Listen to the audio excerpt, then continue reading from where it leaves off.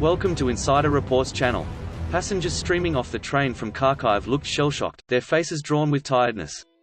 They clutched children with big, staring eyes. From Kharkiv, said Olena Tulyakova, dragging a wheeled suitcase and holding her 3-year-old son, Ilya, by the hand. "I left my parents there," she added, breaking into tears. She said she planned to travel across Europe to Spain, where her husband was working. She had taped a label to Ilya's jacket with his name and the family's phone numbers in case he got lost in the crush or worse.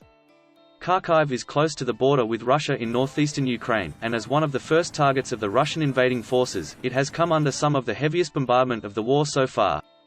President Volodymyr Zelensky awarded the city heroic status after it sustained barrages of rockets and airstrikes in the last few days. "We spent 7 days in the subway," said Karina Chikarina, 23, a language teacher at the National Pedagogical University in Kharkiv. "We left because it was unbearable. When you cannot go to the shops, people have started to run out of food." She said she had sheltered with her mother and grandmother in a subway station, living on snacks and fast food and heating water on an electric boiler. The bombardment of Russia on big cities continues. Russian artillery strikes hit residential areas in the southern city of Mykolaiv, but Ukrainian forces said they retained control of the city after heavy fighting. While major clashes were going on in Kharkov, a flashy news fell on the agenda. One of the Russian pilots of the crashed warplane near Kharkov was detained in the Kharkov region. On Monday night, March 7, the National Guard detained the pilot of the downed Russian warplane, while the search for the second pilot continues.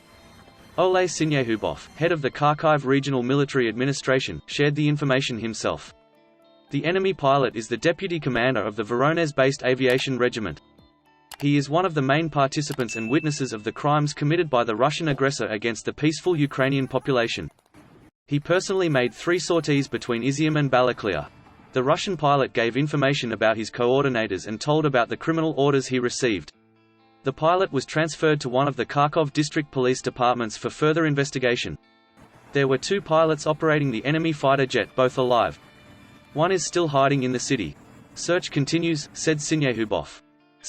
In the central part of Kharkov, large-scale fires broke out in 21 buildings as a result of enemy air strikes in the last 24 hours. 11 buildings were destroyed.